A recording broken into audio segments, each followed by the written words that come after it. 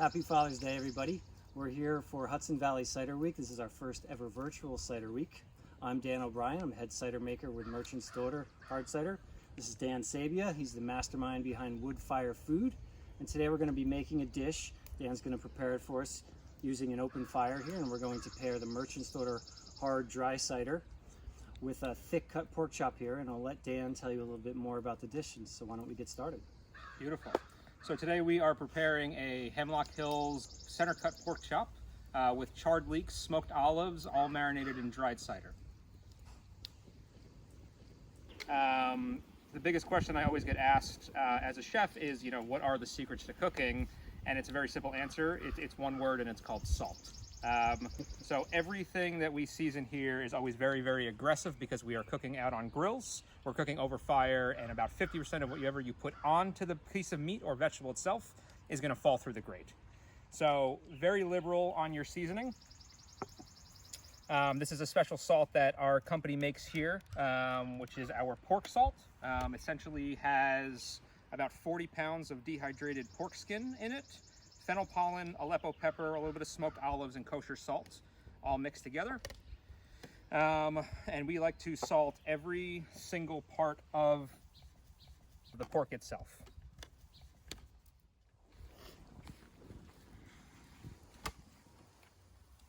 So we are just placing the pork chop on the bone side to let the heat naturally come up through the bone and use it as a conductor of heat.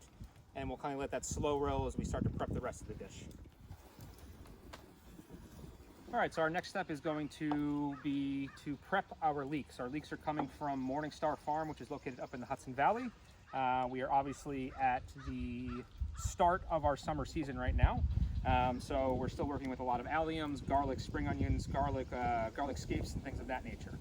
So we're gonna take this whole leek and we're gonna break it up into two sections. The main section of this leek we are going to char very extensively over the open fire, and the top we are going to kind of shave back a little bit and utilize this for our salsa. So here we have the tops and the bottoms, and we'll head over to the grill now. So we are going to kind of spread our leeks out over the top here. And then our large section down here, we're actually going to bury right down in the coals there. If you could just step back to the pork chop for a second. Is there any advantage to salting the meat earlier than right before you're going to cook it? Because sometimes you'll see a recipe where they say you should dry brine it or salt it and leave it in the fridge for a couple hours. So for anything that is on the leaner side, your poultries, your pheasants, venisons, things like that, I always tend to do a dry brine ahead of time because it helps kind of essentially lock in all that excess moisture by preserving it in there. Anything that has a beautiful fat cap or a really thick density to it, I just season right before it goes on the grill. You don't need that extra barrier of protection. And that's kind of my variance between the two. Also, with a lot of cooking that I do, I never marinate proteins ahead of time. I think it's just kind of a waste of flavor. And if any of that marinade catches fire with the flame, it just ends up tasting like kerosene. Right. So a lot of the animals we're using are all coming from the Hudson Valley itself. So we really like to taste the animals for where they are. That's why we sort them out from every single location, because it has a great sort of like, you can taste the actual diet and the actual way that they're living through the meat itself. So why cover that up? That's why we use the product for what it is. Sure, and it's the same thing with cider. Yeah. All of our apples come from the Hudson Valley. There you go. There's a particular terroir and there's a taste that they give. So. There's that. All right, so as our leeks are charring and cooking, we're gonna start making our salsa. So here we have just a classic lemon. We're gonna use just the zest for now. That zest is gonna bring a lot of freshness and acidity into our salsa, because we're dealing with a very fatty pork chop, so we want something that's really nice and clean to cut through it. We are then going to take a few sprigs of parsley for some herbage and for some color. And we're just going to run our knives through them really quick.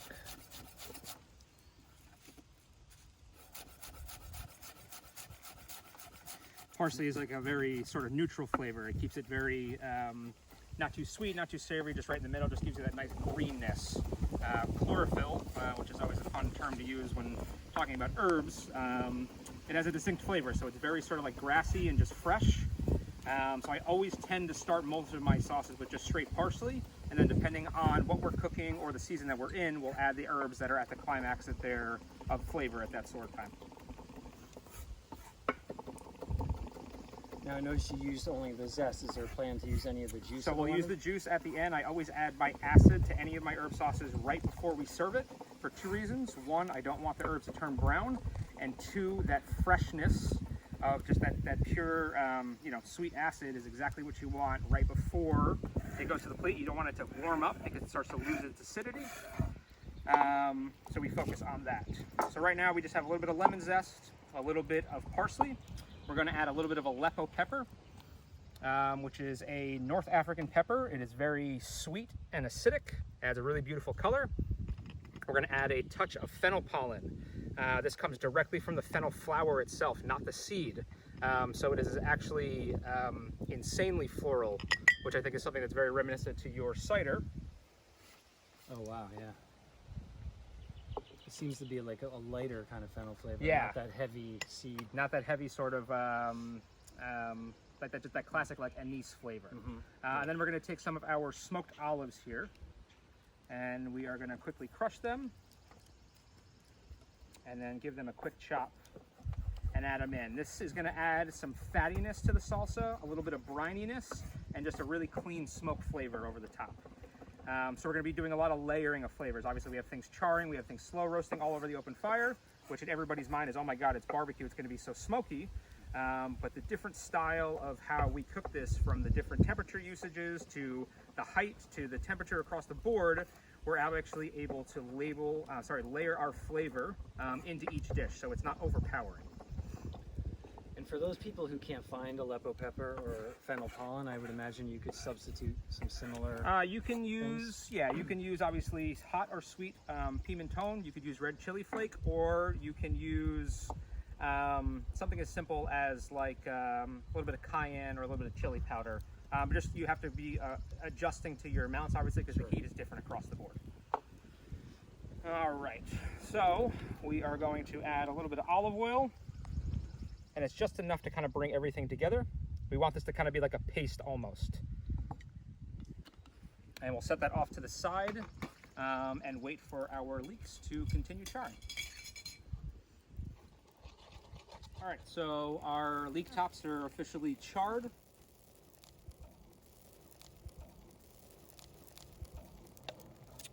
And then we can actually pull our leek from the bottom here.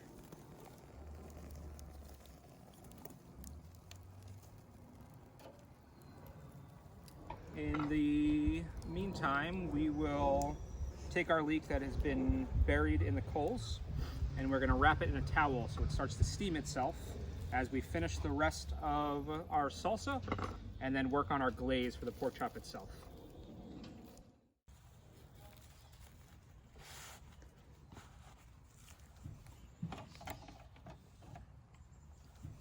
So now we have our beautifully charred leek tops. We're just gonna chiffonade these down, which just means slice super, super thin.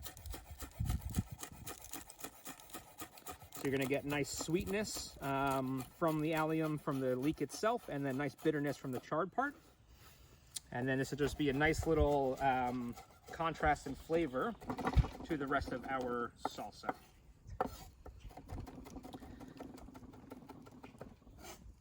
Are you a big salsa fan? Do you like using herbs?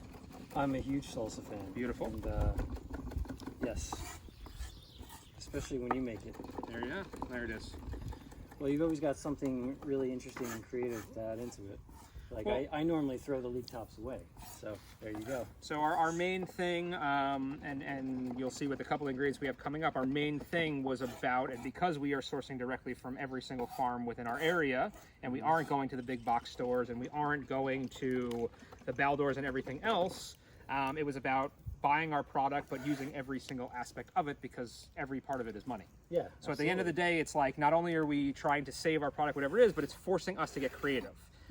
So, you know, we have a massive inventory of all of our homemade vinegars. We have preserves, we have pickles, ashes, salt mixes that are based off of all the scraps that everybody would normally throw away. We do our best to utilize every aspect of it, and it's all about telling the story of the individual product itself. Tell me more about the ashes, because that's a first. So, the ash, you know, it's when you really go back into history and you think about it, and it's something as simple as like our olives. Olives were originally brined using ash. So as a preservative. As a preservative, right? So we are just kind of fulfilling that concept, but the ash itself is just a very bitter note. You think about like when you go to like barbecue spots and you go to the South or Kansas City or Texas and you get all the burnt ends. Like that is the most savory portion of it, the most crispy, the most crunchy, the most smoky. That's the part everyone secretly wants. That's part everybody says. So that is straight carbon there, and that's why we love it. It's that bitter flavor. So when you're dealing with super fresh ingredients, really, really high acid ingredients, that bitterness in the back of your tongue there allows like another level of flavor that you're like, this is not just a grilled pork chop. Like what else is going on here? So we just take the time to really like, you know, manipulate every part of what we're doing to make it the best that it can be. All right, so now time to start using the cider, right? Yeah. So here we have a bowl, and we are going to add 3 ingredients. This is a local honey that I caramelized to the point where it was almost burnt, and then deglaze it with our charred chili vinegar. We have a sofrito that is made up of slow roasted onions, slow roasted garlic, anchovies, and tomato paste, and about 27 different spices. And then lastly, for some acidity, we're going to add our dried cider mix to there. So that bubbles, that cleanness, that freshness is going to be a nice little acid break as we base the outside of our pork chop with it. Okay. So primarily the cider is, in this case, is functioning as an acid source. Acid source, but also a flavor, so a freshness source. Okay, great. So we're utilizing probably equal parts across the board here. And this is going to be a very, very deep, rich flavor, which I think is awesome because what we're serving it with, the charred leeks, which are going to marinate in that same cider, this herb dressing is going to be very, very light and acidic and sort of free. And then lastly, I'm going to top it off with our dried cider here. Call that the 2-glug pour. It's patented. Patented. All right. So we're just going to give that a little mix and kind of create like a little bit of a slurry here. Yeah. So you can see as it starts to yeah, foam it's up, it reacts right away to all the cooked ingredients because it's causing the cider to oxidize right now, which is great because that gives us another little layer of just like bite, right?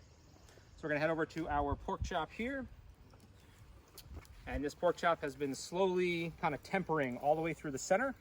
And you can see on the bottom, you know, how we have that nice caramelization all the way through. Right. That's exactly what we're looking for.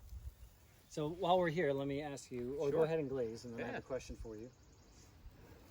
So I'm a little older than you, in case you haven't noticed. It's okay. And when I was growing up, we were always told you had to cook a pork chop to 160 degrees because of diseases that the pigs would get, like trichinosis, right? Correct. Now, my understanding is that has changed a lot in recent times. You want to tell us a little bit about that? Sure, obviously. So dealing with trichinosis, which is a very terrifying thing, and even all the restaurants that I've ran for the past 10 or 12 years, that is always a common factor. Everybody's always so concerned about how their pork is cooked. And we go through extensive training about talking to our servers, talking to the guest about like how the concept or the disease of trichinosis hasn't existed in over 50 years at this point because of the diets of the pigs. And the diet of the pig is another big thing. That's why I only use locally sourced, you know, pork itself, because at least I know the farmer that's doing it. I know the process of how they're fed, and I know the process of raising them and exactly what that looks like. We try to stay away from like the larger companies of the mass production, because who knows at the end of the day what is really going into your system, any of that. So I always prefer and I always try to promote people to cook your pork to about 135 to about 140 degrees internally, which is about a medium when it comes to like steak talk. And it's all about resting, you know, like resting is really the biggest misconception when it comes to cooking large cuts, is because everyone's like, oh, well, it's cooked, it's done, let's just cut into it and eat it. But all of that delicious flavor that's being stored on the inside is now being wasted because it just bleeds out through the bottom. So what we do is we cook it to about 135, 140. We let it chill out off to the side for about 10 minutes, and then we'll slice right into it. And what you'll see is the inside of the pork itself will be nice and rosy, like a rosé color, not a blood red color, but more of like, it'll look like a proper medium when it comes to a steak. And by the time it is, rested, you'll have a little bit of that hue still there, but the meat itself will be just really plump and juicy and delicious. Right. So we're just gonna let this kind of rotate back and forth, constantly like basting each side, and we'll check back on it in about 10 minutes. Right. All right, so after the hibernation of our leek, we are going to take him out and we are going to peel back all of that beautiful carbon and relieve a super succulent and sweet center.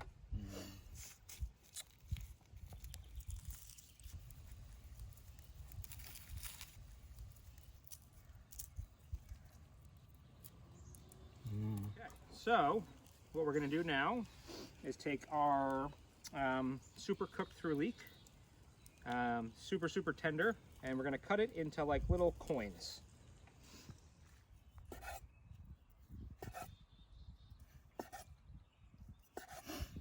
All right, and that coin is going to go right into this bowl here.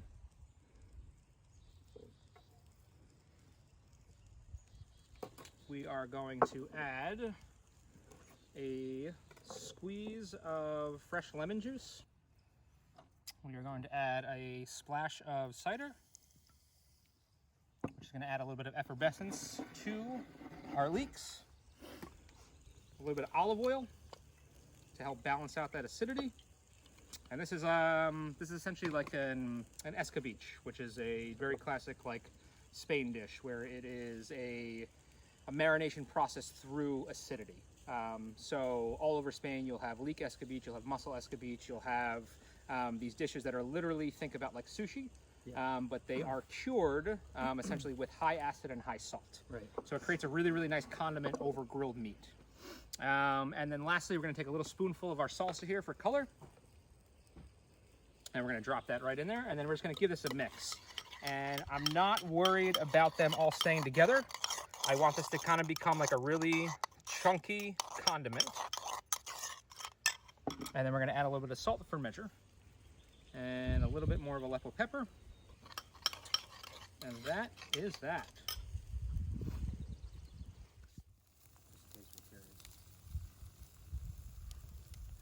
So we've been rotating the pork chop about 5 minutes on each side, back and forth. We want to get that crust on the outside because that crust equals flavor. And every time we turn, we just give it another baste. And we will pull this off probably in the next 2 minutes and then let that rest, and then we can start composing the rest of the dish. So, and what would happen if you were not to let it rest? We were saying earlier that that's very important. So what are the consequences if you just take it off and dig right in? Think about it as simple as the human body, right? So you go to the gym, right? And you do a full workout and your muscles are all full of blood and they're all tense from a lot of just like kinetic energy being pushed through you. If you were to just stop right away and just go sit still for a second, your body would go through this very weird period where you would start overheating and oversweating because the momentum inside your body is still continuously moving, but as you as a physical person is sitting still. So it's the same concept with this. Heat is hitting this muscle group and it's causing it to tense up really, really intensely, which is naturally going to cause the juice from the inside or the water to be pushed to the surface. Mm-hmm. If you cut that while that muscle is very, very tense, all of that juice will just pee out everywhere. And you'll literally lose every ounce of flavor. So the idea of resting it is about maturity. It's about regaining its flavor. It's about how to get the marination process of the flavor of the meat, the salt, the glaze, to all to kind of re-resin with itself, right? Kind of like the same process of why we age and mature your ciders, right? Sure. You want to talk a little bit more about these ciders and why we take the long process to make them the way they are? Yeah, sure.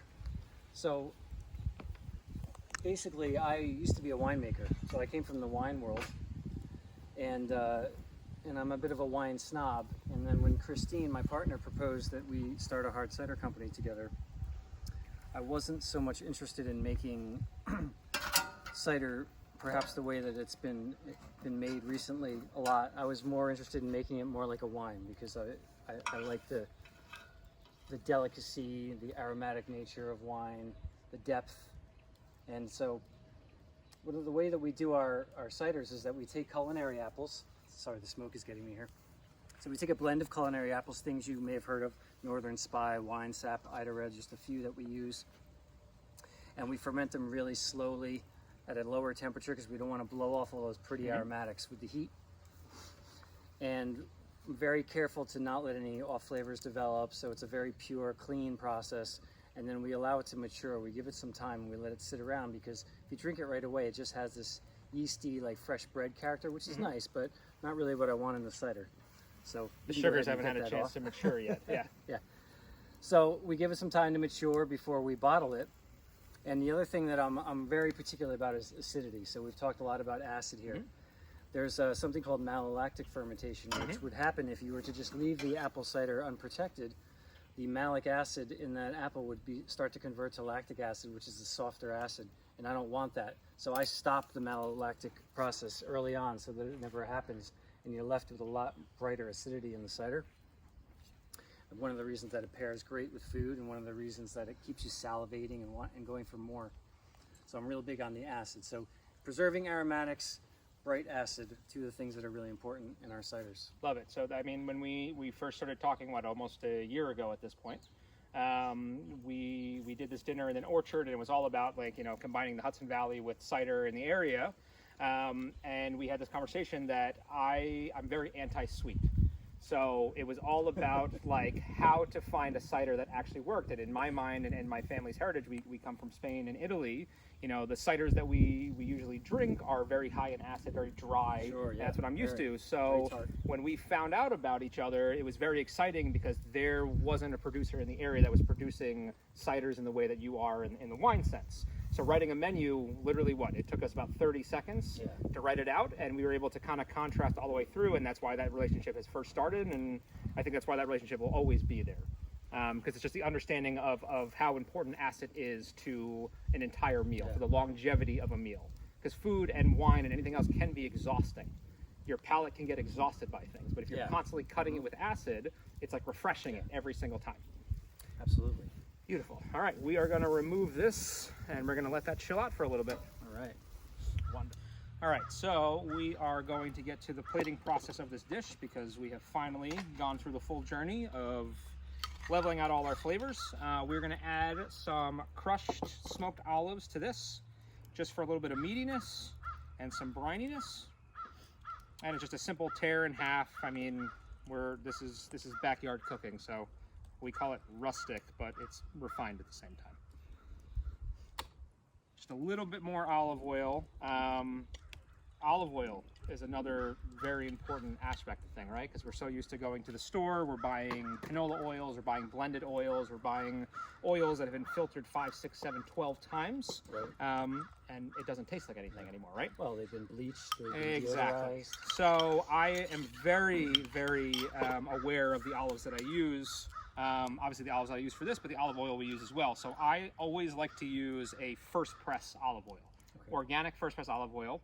This tastes more like green tomatoes than it does olives. So it's very bright, it's very acidic, and sometimes I completely replace this with acid.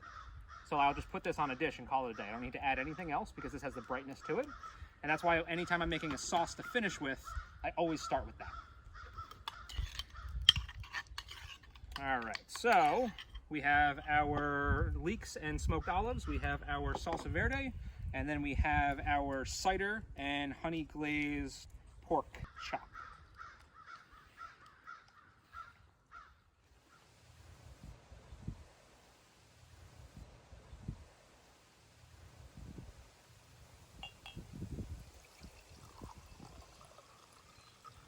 All right. Cheers. Thank you, Dan. Thank you. So this has been quite an adventure. For sure, for sure. And now we finally get to taste all the hard work, right? Taste. It takes what, a full year for you to taste your product? This only took like an hour. It takes about 6 months, but it's all the same. Yeah. All right. Well, it took a little longer for the pig to grow himself up. So. That's true. He did good though. All right. He tried his hardest. All right. All right. So pork and apples, right? Makes a lot of sense to me. It's day one. It's a perfect match. Is that the Brady Bunch that taught us that? It was pork chops and applesauce. Yep. But there's a real, that's a big piece. If I take that, I'm going to look silly eating it. I'll grab another one though. So how is it? Make sure to get some of that cider in there. That's good. That's real good. I think, you know, it's not like a lot of these pairings you go to, it's always about being like a far stretch, where this is just like kind of hand in hand. I get all of those green flavors from the olives, from the parsley. Yeah, very clean. Even the fat isn't like too heavy. No, not at all, actually. And we were putting quite a bit of olive oil in there. Wow. So, you know what always strikes me as when a food and a drink match up perfectly is that you can't tell the difference between where the food ends and where the drink begins. So you know, you're chewing, you put a little in your mouth, and there's like, you don't notice a line between the two. Correct. It's just this transition. And it also brings the pork out. So like I taste more pork after I put a little cider in my mouth. Yep. And that acidity, the acidity of the apples and the cider just cuts right through that fat. And then fun fact is that, you know, apples are a big part of the pig's diet on Hemlock Hill Farm. Oh, really? So it all comes full circle, you know? But just as we've been talking about this entire time, acid, right? So you talk about the sugar content from apple A all the way to apple Z. You have your Macintosh and your Golden Delicious in comparison to your Granny Smiths and all of that. So you have high sugar content, you have really like bitter and bitey apples. Right, so with Northern Spy in this case would be the apple with all the acidity, with a lot of that bite. Jonagold, an apple that we use that's really high in sugar, just a really lush and tasty apple. And it's just fantastic, man. Really.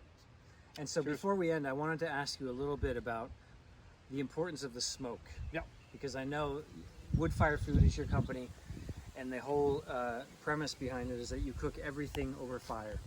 And I wanted to talk to you about the smoke, because you said something really interesting to me once, was the importance of the smoke as an ingredient, as an element in the food. So just tell us a little bit about that. And we'll start really simple. I'll ask you a very simple question right now. You've watched every process of cooking this, right? Yep. How smoky is your food right now? It's not that smoky at all. Right.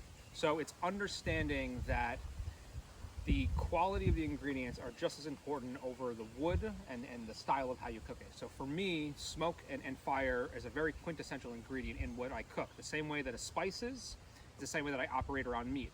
I'm sorry, the way I operate around smoke. For me, smoke is a transfer of essentially fat.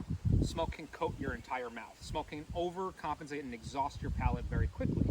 So if you pay attention to what ingredients you're doing and how they're being cooked, from the olives that we use that already had a little bit of smoke into it, to how we slow roasted the pork high above the fire instead of directly above it, to how we literally buried the leeks inside the coals but then peeled off the entire outside of it, right? So we just used the heat from the coals instead of the actual flavor. So we're able to separate it into what is a flavor profile and what is just a source of cooking concept. So simple food is the most beautiful food, right?